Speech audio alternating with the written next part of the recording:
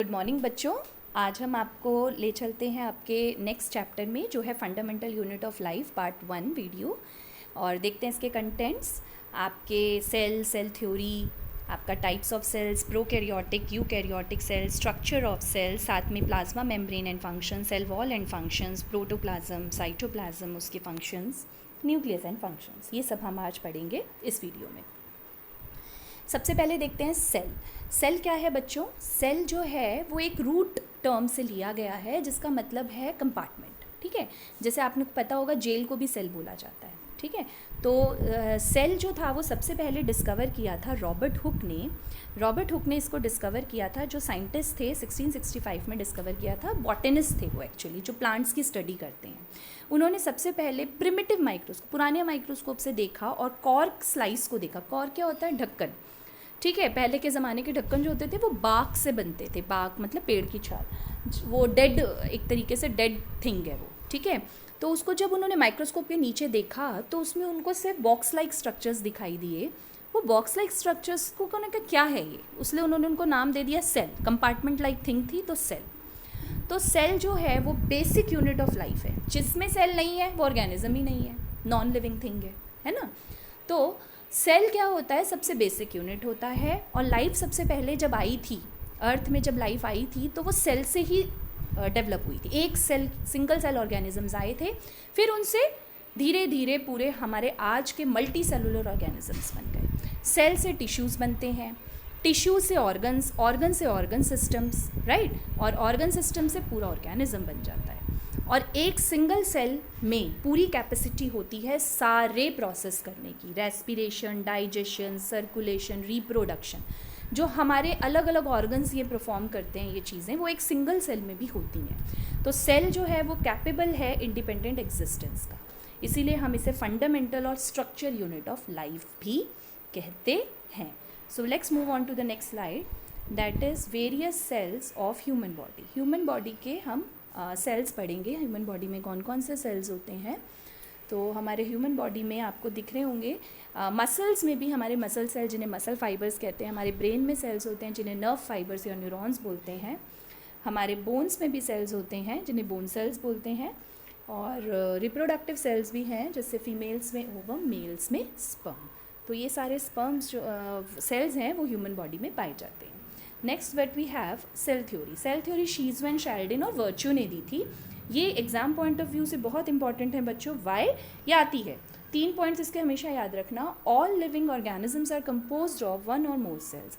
हर living organism में एक या एक से ज़्यादा सेल प्रेजेंट होते हैं। Cell basic structure, function, organisation है लाइफ का, और हर सेल प्री एग्जिस्टिंग सेल से ही बने हैं।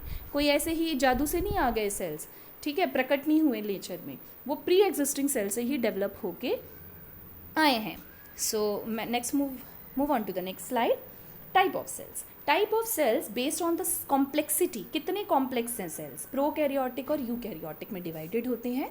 मतलब प्रो का मतलब जो बहुत ज़्यादा डेवलप नहीं होते, सिंपल सेल्स प्रोकैरियोटिक, और थोड़े से ज़्यादा डेवलप हो जाते हैं तो वो कॉम्प्लेक्स बन जाते हैं, दे आर यूकैरियोटिक, राइट। इनको समझते हैं फटाफट। हमारे प्रोकैरियोटिक सेल्स आपने देखा होगा, पढ़ेंगे आप आगे, कि ये बैक्टीरिया और साइनोबैक्टीरिया में होते हैं। साइनोबैक्टीरिया ब्लू ग्रीन एल्गी हैं। जब लाइफ एग्जिस्ट हुई थी तब यही सबसे पहले वाटर में ही लाइफ एग्जिस्ट हुई थी, पानी बना था, पानी में ही सबसे पहली ज़िंदगी आई थी, सेल बना था, और ब्लू ग्रीन एल्गी आए थे। और फिर वो इसीलिए वो प्रिमिटिव हैं, पुराने हैं। ठीक है, तो प्रिमिटिव ऑर्गेनिजम्स, पुराने और सेल्स जो हैं उनको प्रोकैरियोटिक सेल्स बोलते हैं, ऑर्गेनिजम्स को प्रोकैरियोट्स बोलते हैं। ठीक है, मेन इनका जो पॉइंट होता है हमें जो याद रखना है वो ये है कि इसमें जो न्यूक्लियस होता है वो ऐसे ही बिखरा होता है, नेकेड होता है। ठीक है, वो मेम्ब्रेन बाउंड नहीं होता, ये ऐसे ही सेल के अंदर बिखरा होता है, इसलिए इसको न्यूक्लियोइड बोला जाता है। ठीक है, और ये पाइली होते हैं इसमें, ये दिख रहे होंगे आपको, और ये फ्लैजिलम मूवमेंट के लिए होता है। पाइली होते हैं जब एक सेल दूसरे से जुड़ता है तब इस पाइली की मदद से जुड़ता है। और कैप्सूल है बाहर, प्लाज्मा मेम्ब्रेन, ये सब हम आगे पढ़ेंगे। ठीक है, तो ये प्रोकैरियोट का स्ट्रक्चर आपको याद रखना है, ये आता है डायग्राम बनाने के लिए। Next is your eukaryote. अब फटाफट यूकैरियोटिक सेल में आते हैं। यूकैरियोटिक सेल्स जो बच्चों होते हैं वो डेवलप सेल्स हैं। आज हम भी जो यूकैरियोटिक ऑर्गेनिजम्स हैं हमको यूकैरियोट्स बोला जाता है, ठीक है। इसमें मेन ध्यान देने की ज़रूरत ये है कि जो न्यूक्लियस होता है ये बिल्कुल वेल मेम्ब्रेन से बाउंड होता है, कवरिंग होती है इसकी न्यूक्लियस की न्यूक्लियर मेम्ब्रेन, ठीक है। बाकी जो और भी सेल ऑर्गेनेल्स हैं जैसे लाइजोसोम्स है, हमारा साइटोप्लाज्म तो फ्लूइड पार्ट हो गया अंदर का, राइबोसोम्स है, smooth endoplasmic reticulum, rough endoplasmic reticulum, Golgi apparatus, इसके अलावा माइटोकॉन्ड्रिया भी होते हैं, प्लास्टिड्स भी होते हैं। ये सब मेम्ब्रेन से कवर्ड होते हैं, इनकी अपनी अपनी कवरिंग होती है ताकि सेल के और कंटेंट से ये अपने आप को सेपरेट रख सके, ठीक है। तो ये हमारा हो गया यूकैरियोटिक सेल। अब फटाफट इसके डिफरेंसेस देखते हैं। सबसे पहले तो साइज़, ये मेन आता है आपका एग्जाम में, डिफरेंसेस लिखो, ठीक है। तो साइज़, इसका साइज़ और इसके साइज़ में आपको देखेंगे थोड़ा सा अंतर है। यूकैरियोट्स थोड़े से बड़े होते हैं साइज़ में as compare to prokaryotic cells, ठीक है। अब इसको समझने के लिए हम मैं आपको थोड़ा सा math समझाऊंगी।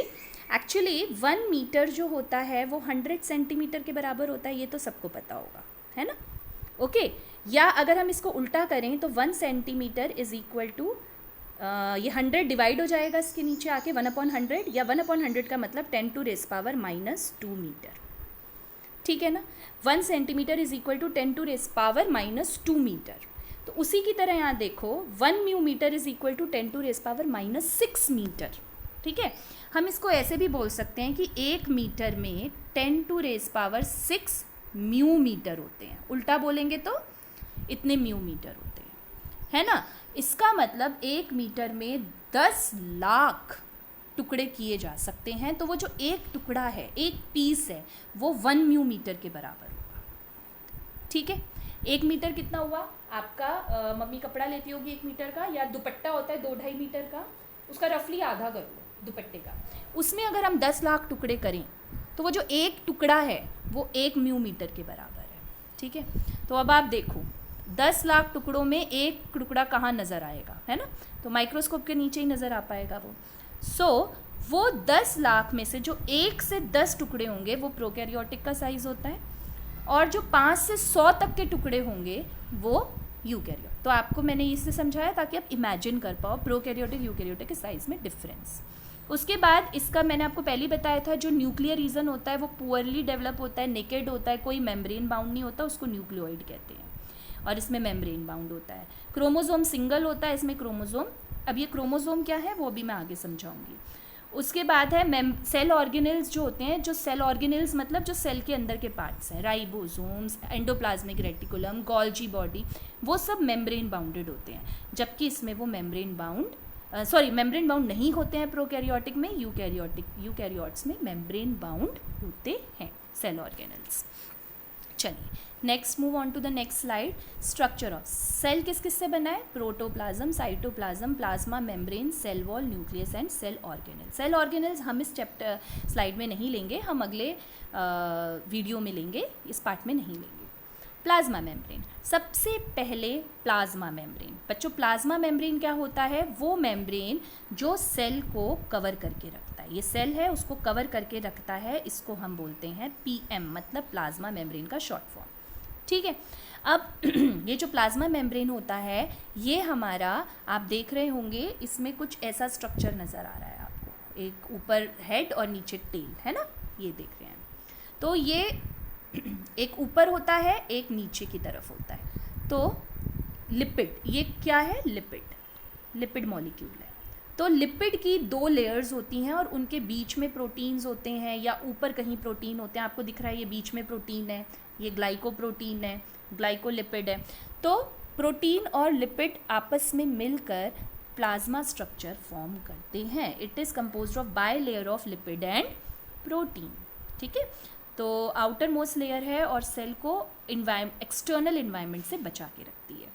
Then we have cell, plasma membrane को ये एक्चुअली क्या करती है, it is semi permeable membrane, और सेमी परमिएबल का मतलब होता है, या सिलेक्टिव परमिएबल मेम्ब्रेन, कुछ ही सब्सटेंसेस को अंदर या बाहर आने देती है। जैसे छन्नी होती है ना, चाय की छन्नी, चाय को तो छान देती है, चाय पत्ती रह जाती है ना, वैसे ही सेलेक्टिव परमेएबल मेम्ब्रेन है। सिलेक्टिव क्यों बोला जा रहा है कि कुछ चीज़ों को सिलेक्ट करके अपने से पास कर देती है प्लाज्मा मेम्ब्रेन और कुछ को नहीं करती है, ठीक है। तो it is very important for the cell, क्योंकि अगर यही नहीं रहेगी तो सेल में कुछ भी एंटर कर सकता है और उसमें से कुछ भी इंपॉर्टेंट चीज़ बाहर जा सकती है, जो सही नहीं है। तो फंक्शंस वही है, सेमी परमेबल है, बाउंड्री बना के रखती है, इंजरी से बचा के रखती है सेल को, है ना। और मटेरियल्स फ्लो होते हैं जब एक सेल से दूसरे सेल में ट्रांसफ़र, जब एक सेल दूसरे सेल से कंबाइन करता है तो जो मटेरियल्स होते हैं वो प्लाज्मा मेम्ब्रेन के थ्रू ही ट्रांसफ़र होते हैं। उसके बाद ये एक ऑर्गेनिक कनेक्शन भी बनाती है दो सेल्स के बीच में। जब दो सेल्स कंबाइन होते हैं तो कनेक्शंस बनते हैं, तो वो भी प्लाज्मा मेम्ब्रेन ही बनाती है। So next move on to the next thing, that is cell wall. अब जो सेल वॉल होता है ना, एक्चुअली ये जो प्राइमरी, अभी हमने प्लाज्मा मेम्ब्रेन पढ़ा, ये इसके बाहर भी एक मेम्ब्रेन है, ठीक है, उसको हम कहते हैं सेल मेम्ब्रेन। अब जो ये सेल मेम्ब्रेन होता है बच्चों, ये सेल वॉल कहते हैं। सेल वॉल जो होता है वो सब में प्रेजेंट नहीं होता, ये सिर्फ प्लांट सेल में प्रेजेंट होता है, एनिमल सेल में एब्सेंट होता है, ठीक है। तो कह सकते हैं, और ये क्यों होता है, क्योंकि प्लांट्स में सेलुलोज होता है, ठीक है। तो it is made up of cellulose, ये सिर्फ प्लांट सेल में ही होता है। प्रोटेक्टिव कवरिंग होती है प्लाज्मा मेम्ब्रेन की, मतलब प्लांट सेल में प्लाज्मा मेम्ब्रेन के बाहर भी प्रोटेक्टिव कवरिंग होती है जो उसको एक रिजिड स्ट्रक्चर प्रोवाइड करती है, ठीक है। सेलुलोज से बना होता है और इसी से हम डिफरेंस निकालते हैं। अगर सेल वॉल है तो वो प्लांट सेल है, सेल वॉल नहीं है तो वो एनिमल सेल है, ठीक है। अब हम नेक्स्ट चीज़ मैं आपको पढ़ाऊँगी कि इसमें कितने पार्ट से बना होता है सेल वॉल। जो हमारा सेल वॉल होता है बच्चों, वो 3 पार्ट से बना होता है। यहाँ पे मैं 3 लाइंस ड्रॉ करूँगी, फिर आपको समझाऊँगी, ठीक है। ये देखिए, तो ये 3 लेयर से बना होता है, जिसमें सबसे पहली लेयर होती है प्राइमरी वॉल, ठीक है। प्राइमरी वॉल के बाहर बनता है मिडल लेमेला और अंदर की तरफ बनता है सेकेंडरी वॉल। तो बीच में है प्राइमरी वॉल, अंदर की तरफ सेकेंडरी वॉल, बाहर की तरफ मिडल लेमेला, राइट। ये मिडल लेमेला ही होता है जो एक सेल को दूसरे, सब कनेक्शन होता है ना दो सेल्स का, तो ये रेड कलर से इसलिए शो कर रही हूँ क्योंकि मैंने वहाँ से मिडल लेमेला रेड कलर से शो किया। तो ये सीमेंट लाइक स्ट्रक्चर है और जब दो सेल कंबाइन करते हैं तो एक्चुअली वो मिडल लेमेला के थ्रू ही करते हैं। मिडल लेमेला के अंदर होता है हमारा, मिडल लेमेला के अंदर है हमारा ब्लू कलर से, इसके अंदर प्राइमरी वॉल होती है, ठीक है, मिडल लेमेला के अंदर। और प्राइमरी वॉल के अंदर क्या होता है हमारा सेकेंडरी वॉल, ठीक है। तो मिडल लेमेला के अंदर प्राइमरी वॉल और प्राइमरी वॉल के अंदर सेकेंडरी वॉल। तो ये 3 वॉल से हमारा सेल वॉल बना होता है, ऑलराइट। और सेकेंडरी वॉल जो थिक है और प्राइमरी वॉल के अंदर आती है, ये सब आपको मैंने बता दिया। चलो move on to the next slide. Function जैसे प्लाज्मा मेम्ब्रेन के हैं, पर इसके थोड़े फंक्शंस में आपको ये देखने को मिलेगा, ये डेफिनेट शेप दे रहा है, ठीक है, आपके सेल को डेफिनेट शेप देता है, स्ट्रेंथ देता है, इंजरी से बचा के रखता है, रिजिडिटी बना के रखता है, ठीक है। Next is your protoplasm. बेटा जो सेल के लिक्विड सब्सटेंस होता है, ये सेल है, इसके अंदर जो भी लिक्विड सब्सटेंस है सेल के अंदर और न्यूक्लियस के अंदर, उसको कहते हैं प्रोटोप्लाज्म, ठीक है। Protein, carbohydrate, fat, nucleic acid से बना होता है। और एक जो इंपॉर्टेंट क्वेश्चन आता है, what is the physical basis of life. Physical basis protoplasm है। प्रोटोप्लाज्म के बिना लाइफ पॉसिबल नहीं है। सेल के अंदर प्रोटोप्लाज्म नहीं है तो कुछ नहीं है, ठीक है।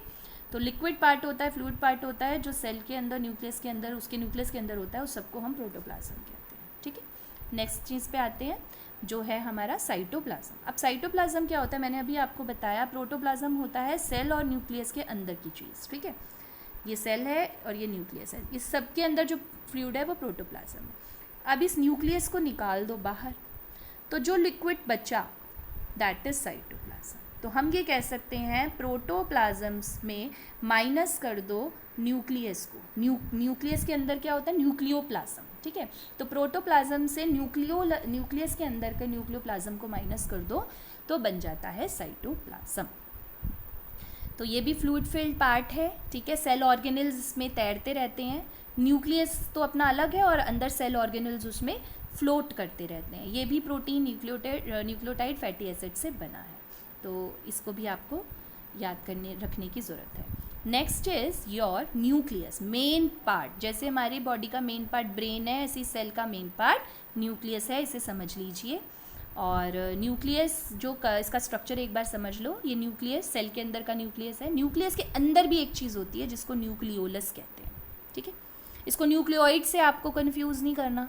न्यूक्लियोइड मैंने प्रोकैरियोटिक सेल में बताया था, उसका जेनेटिक मटेरियल निकट पड़ा रहता है बिना मेम्ब्रेन के, उसे न्यूक्लियोइड कहते हैं।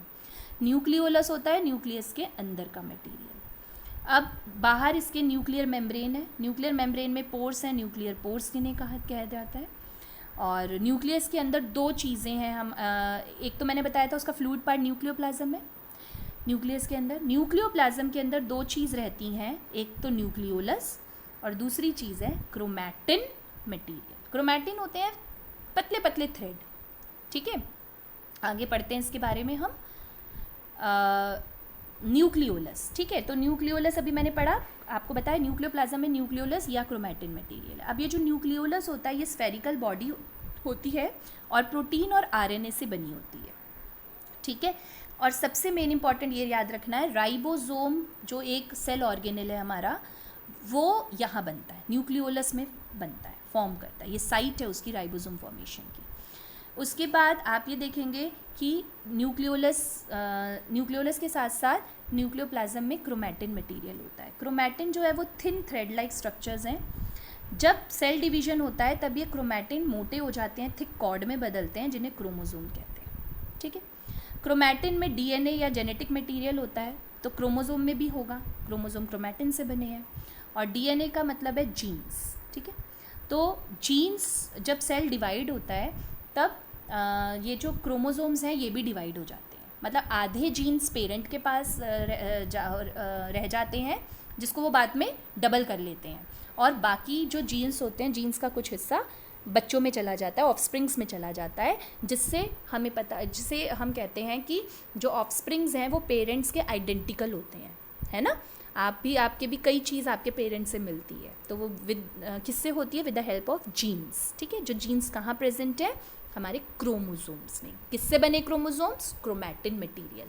क्रोमैटिन कहाँ है? न्यूक्लियस के अंदर, न्यूक्लियोप्लाज्म में। क्लियर हो गया? Function of nucleus, it control the metabolic activity of cell. Inheritance of character को भी कंट्रोल कर रहा है, पेरेंट्स टू ऑफस्प्रिंग, अभी मैंने समझाया किस तरह कैरेक्टर्स पेरेंट्स ऑफस्प्रिंग में जाते हैं। सेल डिवीजन को कंट्रोल भी करता है, ये सेल को बताता है कि कब उसे डिवाइड करना है। ऑलराइट, चलिए नेक्स्ट इज